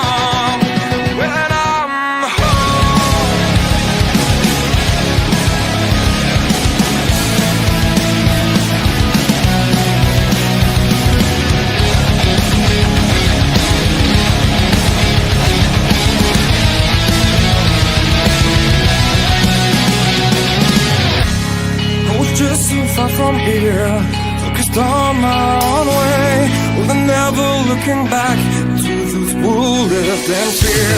There was nothing I could do, there was nothing you said that could make me realize how much left. There you go. Nice. I do realize I have to lower the intro song a little bit, because if you hear that song multiple times, you're going to go deaf. No. But Hey, we have a show coming up May 31st, correct, John? yes, we do. Which unfortunately, I do want to address this quickly while Billy's on, because I did speak to DJ Storms about this. I talked to him recently too. Yes, and unfortunately, I will not be able to be at that show on May 31st. Okay. Due to what happened? They Understood. Long distance driving until I get everything cleared. But I was talking to DJ about it, and not to pull back the curtain that much, his comment to me basically was, hopefully we'll do good with commentary. I looked at him, I said, you have Billy on commentary, you're going to do fine. Billy, Well, I I wanted to appreciate go to that show. So how about you and I talk offline? Because I think it just would make logistical sense for us to, you, me, and Sarah, and whoever else to, rather than us to drive right past you on the way down to Teaneck. So, Cool, man. Yeah, for sure. But like I said, guys, definitely aren't going to want to miss that show. That show is happening the end of May. DJ Storms presents Off the Rails, guys. It's going to be a fun night of action. But before that, a couple of other independent stuff going on. May 24th, you got Ace returning with an explosive main event of Cade Lothbrock and Anthony Gangone taking on Sean Donovan and Danny Moff, who are your current Ace Tag Team Champions, with also a heel Mike Morgan, by the way. Yeah. Wow. Also, you got coming up, you got the 8th anniversary of Brie Combination. What? When is that? May 25th. That's a combination show they're doing with Shadow Wrestling. Is that on a Sunday? I think that's on a Sunday. Oh my God, I might have to go. Okay, sorry. So you got that coming up. Again, guys, you don't want to miss any of this. Unfortunately, I will not be able to be at any of these shows because of everything that happened. But as one person put it, my lovely sister put it, rather be safe than sorry. Absolutely, John. Yeah. And if there's a show, honestly, we'll talk offline too. Like if there's a show that I have to go towards you to, like maybe if I'm going, Yeah, I absolutely. can We'll grab figure you. it out. I have no idea what anything south of me is all New York City. So And then also do want to make a mention. I mean, we did have the NWA photographer on last week. It feels like an eternity ago with everything we were supposed to do last week. But you got the Crockett Cup coming up, May 17th. Yep. featuring the Dynasty's own Fox Vineyard. Yes, Fox I don't Vineyard. want to give him love right now, but I will. Actually, that Yeah, was you cool. kind of have to because I he's know. representing. Actually, I can do you one better. Yeah. Nice. Yep. Hey guys, go buy your tickets. Code Fox for the Crockett Cup. It's going to be at the 2300 Arena. That same night, there's also a really good show in Poughkeepsie, Awesome Championship Wrestling. So I'm supposed to be at that one, but I want to go to both. I need to duplicate myself. But all I will say is this. I definitely, obviously, if everything didn't happen, I probably would have ended up going to the NWA show. Mm-hmm. My thoughts about that, about other things in that building, just to be in that building alone. Love that building. I mean, I know AEW's gonna be there at the end of the summer. Mm-hmm. They're doing a series of like 5 shows there. They did that a couple months ago up in when they were in Texas. They did that. They did like a residency. Yeah, but I mean, like at 2300, that's huge. Yeah, that's big for them. But guys, like I said, you got that coming up. Question coming in here quickly. I know we're going off tangent here right now for a second.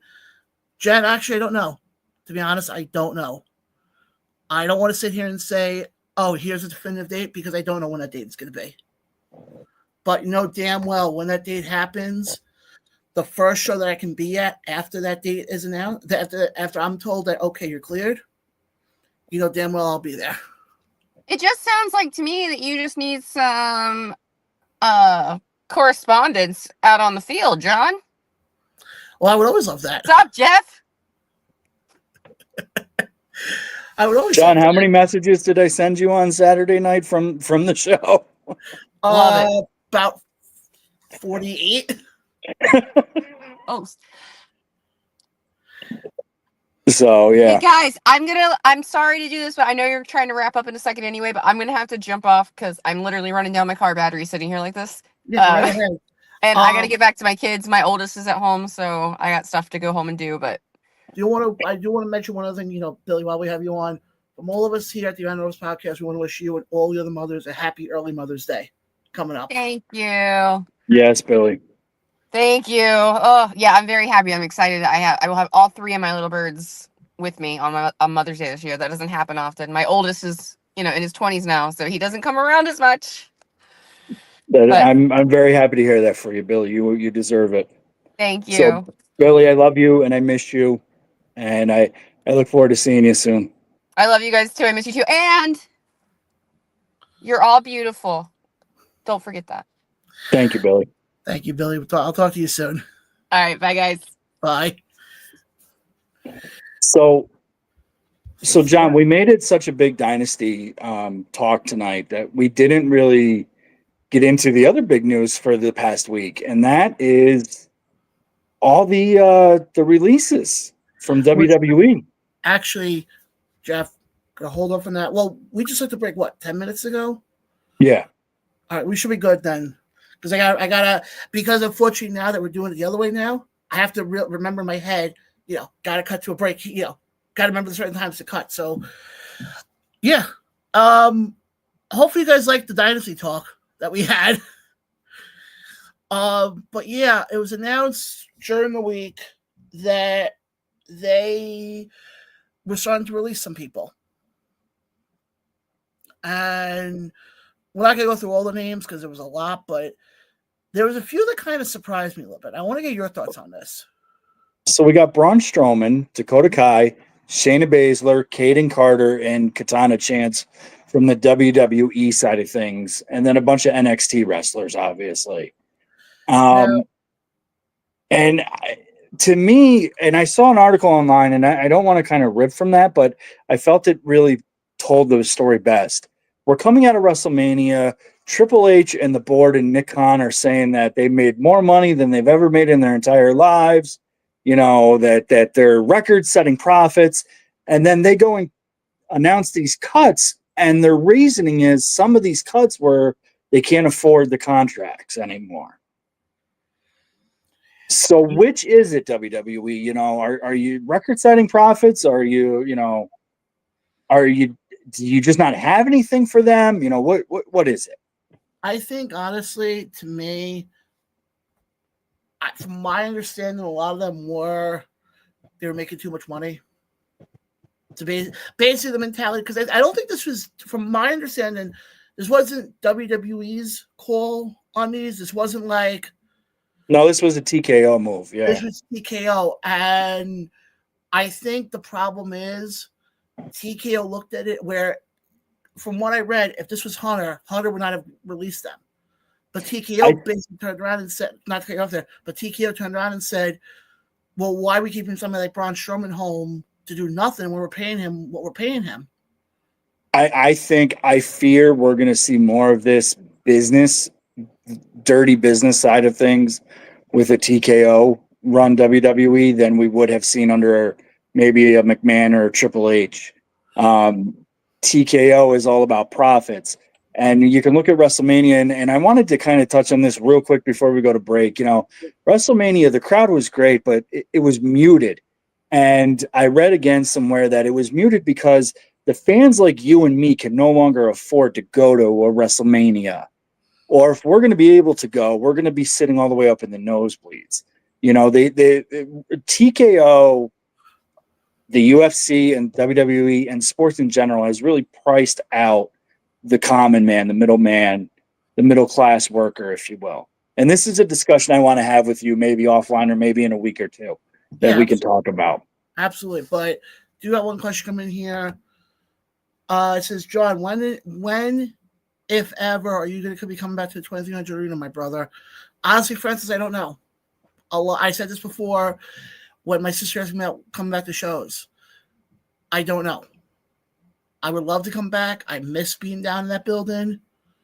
I mean, I was coming down to that building once every couple months for Battleground. Yeah. But honestly, we'll see what happens. But guys, we are going to take another short break. Coming out from this break, we're going to dive more into these releases because I have a feeling that one of the things that this release has showed me as a wrestling fan is that WWE does not need to have a women's tag team division anymore. And what do I mean by that? I'll explain right after this. You are watching or listening to Around the Ropes podcast right here on the Around the Ropes YouTube and Facebook page, or catching us on the replay on Backstage Radio Network. We'll be right back right after this.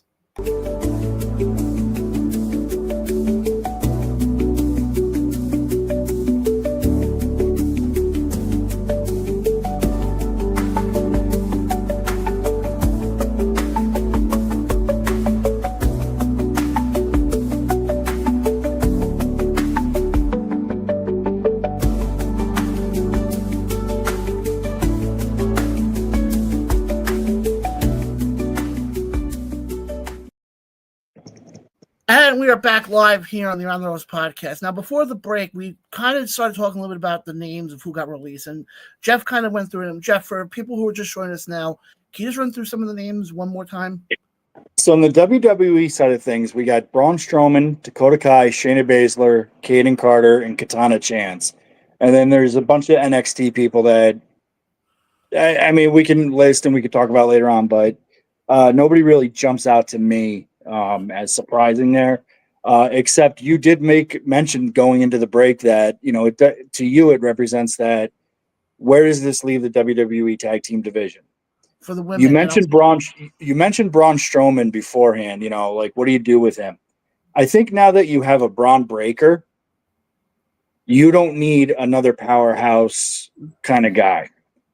It's not the 1980s where you got these big monster heels and everyone's got to face Hulk Hogan. You don't need all these big monster guys. I think Braun Breaker's a much better worker. I think he does everything Braun Strowman does, only better. So I feel that was probably a good business move. Well, I'll be going to when I was talking about with the tag team, I was talking more with the women's. And yep. As much as people know this, I'm a huge supporter of women's wrestling. This is not me downgrading on the women's wrestling. Some of the best matches I've seen in WWE or AEW or even the independent scene has been women wrestling. Yeah. But one thing I have been a proponent of since they debuted it was the women tag team titles, because they do not have a deep enough division. Now, look at the men's side, for example, here. Look at SmackDown, okay? You got DIY, Motor City Machine Guns. You have you got Street Profits. That's 4 teams right there. Eventually, you're going to have the Lucha Dragons. That's 5 teams right there. Look at the women's tag team right now. Look at the names of who got released yesterday or released last week with Kaden Carter. Who's a formidable tag team when it comes to women's wrestling right now in WWE? I can't. It's just a hodgepodge of a bunch of singles put together. To me, I've said this for a while. To me, it's okay. Well, we have nothing for you to.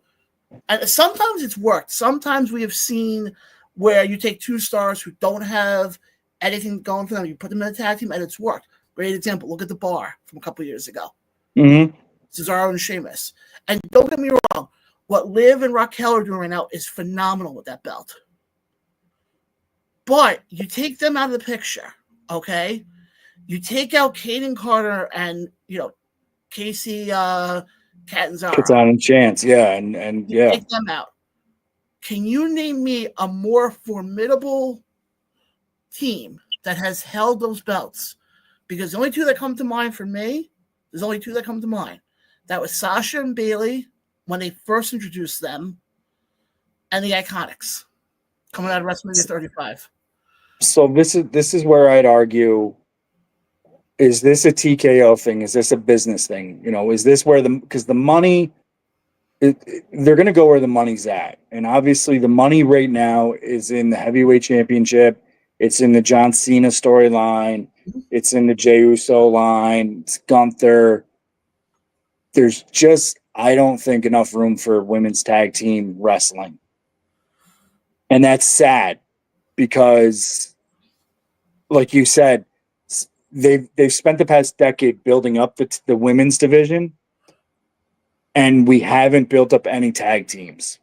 No. And the old school way of thinking of 2 good workers working together, tag team, a really strong tag team division, I think only helps enhance your roster because it adds people, but it also adds future storylines because you always get the one tag team partner turning against the other, but you also get a lot of fun matches too, And I think Go back to the early 2000s with the TLC matches. Those were all tag team matches, And we're not getting that on the women's side of things anymore. And I think at this point, I feel like all the women tag belts are due now. And I hate to say this, all they do is they just set up future stories where it's, okay, we're going to take person column A, person from column B, team them up in a tag team, let them go after the tag belts. They win the belts on a random Monday Night Raw. Then 2 weeks later, well, I don't like you because you did this to me 3 years ago, so I'm going to turn on you. It's not. There's no cohesion. There's no solid storytelling. No, like we talked about it. Sorry to cut you off. We talked about it after WrestleMania when Lyra Valkyria and Becky won the belt, and it's like you have this moment, you get them to win the belts. Just to have them drop it 24 hours. Just to have them drop it the next night on Raw. And obviously you did that just to get Becky, to get the pop for Becky. But does Becky really need that at this point in her career? She doesn't, So, and that's what half the problem is right now, is we're seeing, and I've said this for a while, I think they need to abolish those women tag belts, or at least, I'm not saying abolish them in a bad way, but what I'm just saying is maybe put them on hold for a while. I mean, supposedly, we haven't gotten anything official yet. Supposedly, they're supposed to have an all-women show coming up in the beginning of July. We'll see what happens. One of the names that I was not surprised with that was cut was Shayna Baszler. And being an MMA fan, I was always been disappointed how they used her or didn't use her. I felt she could have been a strong contender in the tag team division with the right partner. Okay, you know the group she came from, right? Shayna Baszler? Yeah. Okay. The ladies' four horsemen. All right, if I mentioned to you the name Marina Shafir, does that name ring a bell? No. She was part of that women's four horsemen. Okay. She's the one who's married to Roderick Strong. If you watch AEW, she's the one who walks with the briefcase. Yep. Okay. Quick story. I actually had interaction with her. And if I can find the video, I'll try to clip and I'll put up here for next week, where I actually got a slap in the chest from Marina Shafir at a party we did at SummerSlam, probably 22 or 23. I don't remember which one it was specifically, but if I can find the clip for the video, I will definitely try and show it to you. But that is the extent of my interaction with the four horsewomen from the UFC. Yeah, we had such a promising, the story could have written itself with the four of them. And obviously Ronda's going to come in and out and do her own thing, but you could have built the tag team division starting with them and move forward. And I feel like they dropped the ball. It wasn't, maybe it's just not the right time. You know what I mean? Maybe. But So, but with that said, John, to move forward here, we got Backlash coming up this Saturday. What do you think of that? I'll be honest, I think the build for this is a lot better than WrestleMania. I'm just going to be completely honest. The build that we're getting for Backlash is a lot better than Mania. And I actually want to go over the card quickly because we actually have some pretty damn good matches, to say the least. So we got John Cena versus Randy Orton. When was the last time they had a good match, though, John? I don't know. It's been years, but the problem is we've never seen it in this type of way. We've never seen Cena face Randy. Maybe because the dynamics have changed, they're older, they're more experienced. Randy's a lot bigger. Maybe they're going to be able to tell a different kind of story and do a different kind of match. But their matches from 15 years ago, they're underwhelming. So I hope that they do much better at this. I mean, look at this card right now. And as of now, there's only 5 matches on the card. And I hope we stick to these 5 matches. Yeah, again, you don't need a 10-match card. The only match 5 matches is fine if the story is right. Here's the only thing I'm surprised that it's not on here. Or unless the only thing I can think of is they're waiting for this till we get to Night of Champions, which I think is the next pay-per-view. Oh, no. Saturday's main event would be the next one, which is happening on May 24th from Tampa. So that's the only thing I'm thinking is that maybe they're holding off on some of these because we've done so much with Jey Uso and Logan Paul. It's not on the card. Do you think we'll talk about that next week? Anyway, right, so let's go. So then we got Lyra Valkyria versus Becky Lynch for the champion. Does Becky need to win here, or can we keep the belt on Lyra? I think you have to keep the belt on Lyra because the problem is you don't keep the belt on Lyra, and I mean Becky doesn't need to win. She's Teflon at this point. I keep saying that word Teflon with a lot of these wrestlers, but she's somebody who if she takes a loss here, it's not going to hurt her. And also, you're starting out with this heel character, and I mean, Jeff, we're both wrestling fans for a while. It's always better to have the heel chase for the belt,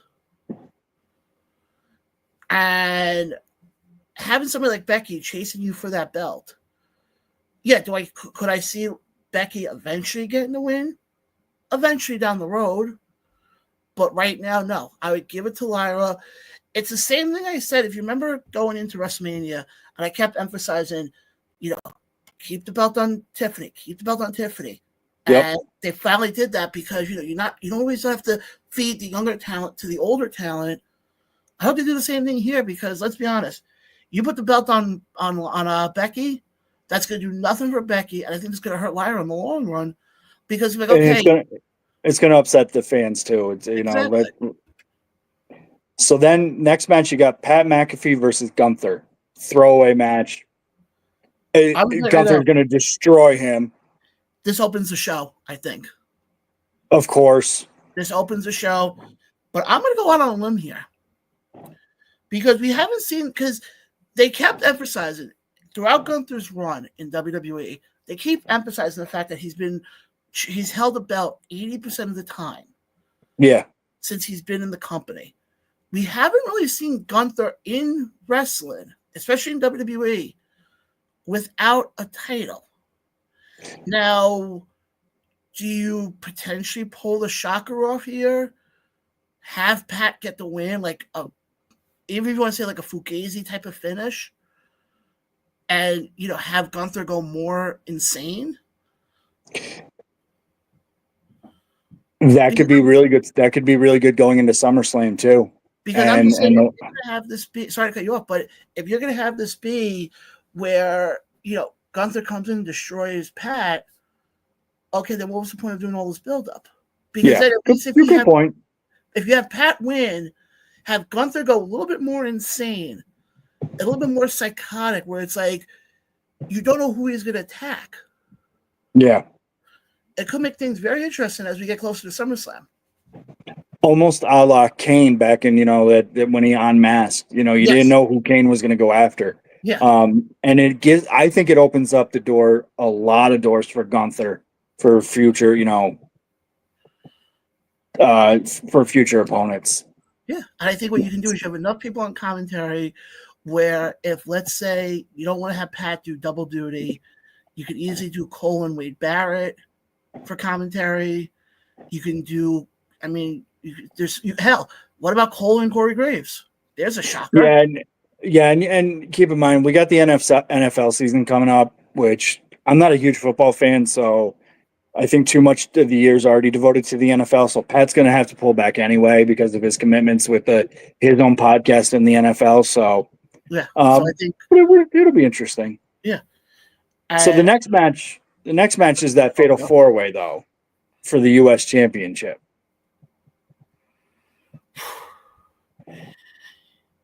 Now with this one, it's going to be a little bit of an interesting one because I want to actually ask you this one first.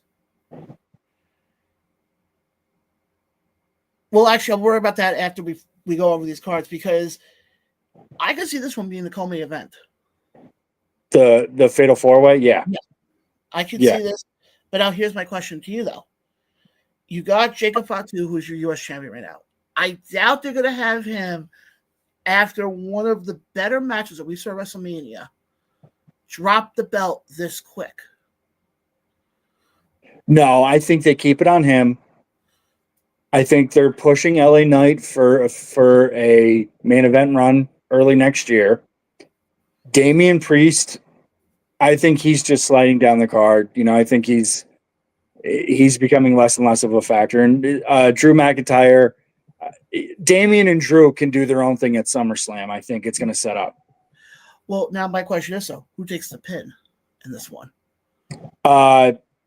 Probably. Oh, John, why do you do this to me? I'll be honest. I can say right now. I think if anybody takes the pin, I think it's Damian Priest. Yeah, only because he's. Yeah. I could see that. I got another scenario to bring to you because I always bring the scenarios. Does Solo play a role in this match? So Solo did come out. He kind of started to walk Jacob Fatu down the ring at WrestleMania, but then stopped. So does he come down and what role would he play though? Well, I mean, if you remember on SmackDown, I think it was a couple weeks ago, he made the comment of, "Well, I'm the reason why Jacob is the U.S. champion." Yeah. So So that now, could, does that play a role in it? Where all of a sudden it's, well, that also we see more of a dissension within the bloodline. yeah, on both sides. And then last match, IC title. I think this is your main event. I think Dominic versus Penta. And if I told you 20 years ago that Dominic Mysterio was going to main event a major PLE, you would have laughed me out of the building. And then if I told you that he was going to do it as IC champion, Hold on, just want to play devil's advocate. You would have Dominic main event a pay per view in St. Louis on the same card you got Orton on. oh yeah, good point. I would say if they didn't do John and Randy, I would have completely agree with you. Or, Okay, you're right. You're right. John and Randy are gonna main event. Yeah, but the Dominic and the Penta match, that's the one I'm most excited for. I could see that. I would gonna say if you want to start off hot, I would say you can start off with that match. Here's the way I would book it. If they stick with these 5 matches, you go Dominic and Penta for the IC title to open. Then you go Pat McAfee and Gunther as your second match. Third match is the women's match, Lyra and Yeah, and then the 4-way, and the main event is Cena and Randy. So when I said main event, what I really did mean to say was I'm most excited for the Dominic Mysterio versus Penta match. I don't think they take the title off of Dom yet. I think they let Dom run with it for a little while. But I'll tell you, like, his growth in the ring, on the mic, storytelling has been phenomenal. So, and Penta has the established, he's the established star, really. Yeah. And this is what I was saying before when, we had Billy on, and you guys kind of laughed at me about comparing what we saw with Mav to Dominic. It's very easily there. Think about it this way, okay? How many times you turn around and for years and it's always, it's Dominic Mysterio, to know which Dominic you're talking about. Yeah.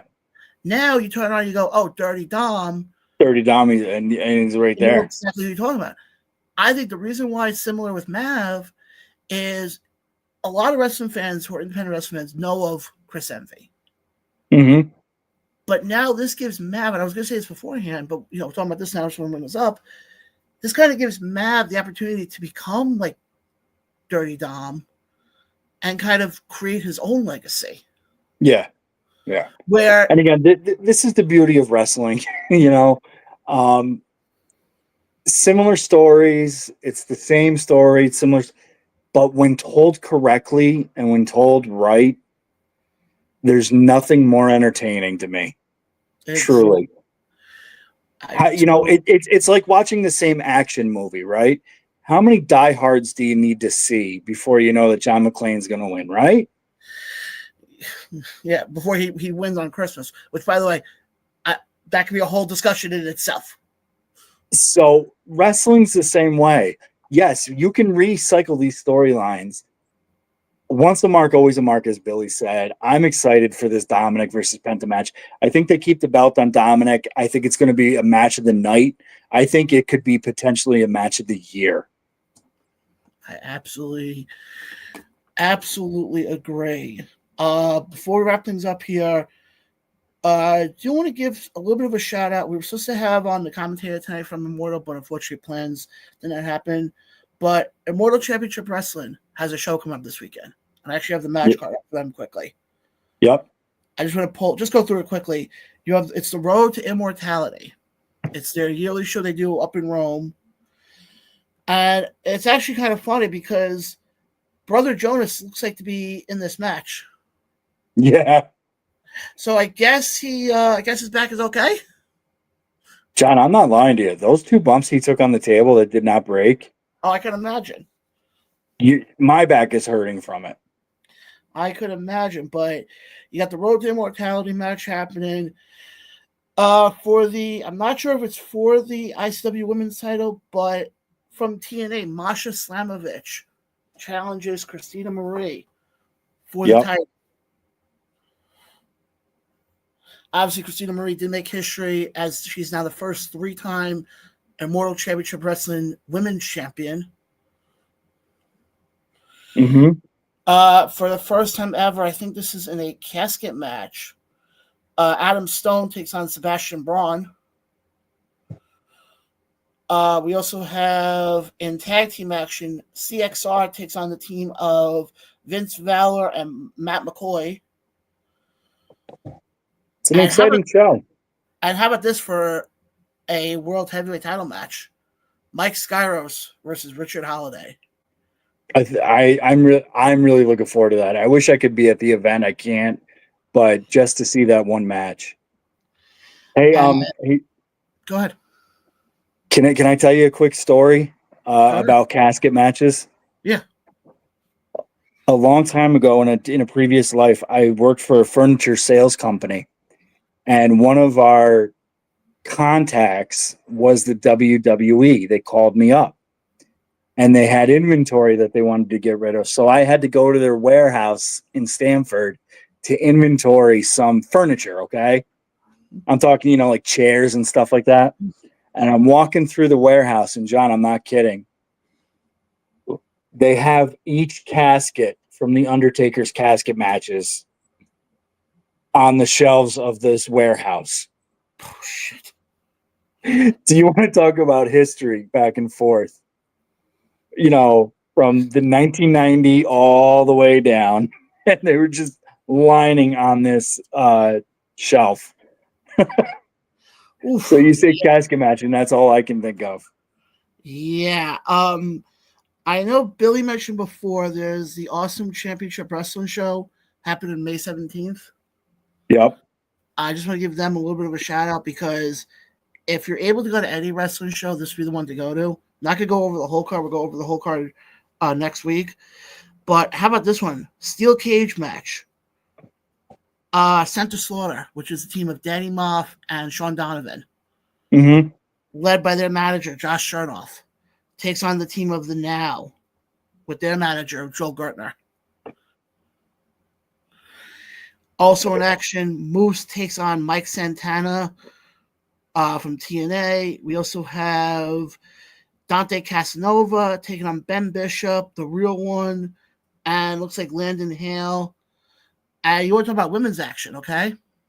Yep. I'm looking all this up now as we speak. To determine the inaugural women's champion, you got Vicky Venuto taking on Tiara James, Rebecca Scott, Indy Hartwell, Kelly Madden, and the newly crowned Dynasty Division's winner herself, Tina San Antonio. And we say this every week, John, but there's just never been a better time to be a wrestling fan. Independent, pro, whatever league you're into, it's just wrestling's on fire. It's in fuego. Exactly. And I don't know when this is. Oh, also Saturday, because I do want to start trying to cover them if we can. MLW has a show called Aztec Lucha. Yep. Where I'm not going to go through all the matches here because a lot of you got Alex Hammerstone taking on Kojima. You got, let's see here. How about this one? For the MLW World Heavyweight title, Matt Riddle takes on Donovan Dijak. This is actually something we talked about last time we were on together, John, was, AAA Lucha Libre. And this, I think, is something we're going to have to cover very soon, how that's going to fold into the WWE and the storylines that are going to be there. Because we just found out, yesterday, that Alberto Del Rio has been re-signed with the WWE because of this. So there's a lot of interesting things to talk about next week or two. Breaking news. as reported on NXT tonight, we got Battleground coming up in a couple of weeks. Yep. I just saw it, happened to scroll through Facebook. NXT General Manager Ava announced that for the first time ever, the TNA World Championship will be defended on a WWE PLE as Joe Hendry will defend the title against Trick Williams at Battleground.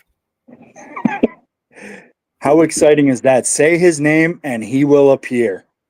Mind you, it's the same weekend we got Double or Nothing. I can tell you this, my son's going to be more excited because Joe Hendry is my son's favorite wrestler right now. So, but guys, we got to wrap things up here. But guys, I say this every week. There's a lot of big stuff going on right now in pro wrestling. And if you guys want comprehensive coverage of it, you come right here. We're live every Tuesday night, but you can catch the replay of us starting this Saturday, the Backstage Radio Network on Odyssey from 12 to 2. You're not going to want to miss that. And like I said, also, June 7th, we'll be live on iHeartRadio as well. Same time slot. So basically, not to stroke our egos here, there's no reason why anybody should miss an episode of Around the Ropes podcast. There's 100 different ways you can view us now. Yeah, there's no reason why you should miss it. And as someone that you just brought in, John, I'm honored. I feel blessed to be part of this. I want to thank you. I want to thank the fans. I want to thank the subscribers. You guys are amazing. Without you, we wouldn't have the podcast that you have grown and built to where it is today. I appreciate that a lot. And what else I have a feeling I'm going to be announcing rather soon more correspondence at wrestling shows. Hope so. I'm just saying. But guys, again, we got to get out of here. But again, also, I want to wish all the mothers out there. We wished Billy this before, but all the mothers out there of pro wrestling, but just in general, a happy early Mother's Day. You guys put up with a lot, so Sunday is for you guys. So from myself and Jeff to all you guys, have a happy and safe Mother's Day. We'll see you guys live here next Tuesday, 8 p.m. Eastern. And again, always guys, catch the replay on YouTube and Facebook. We'll catch you guys next time. Peace.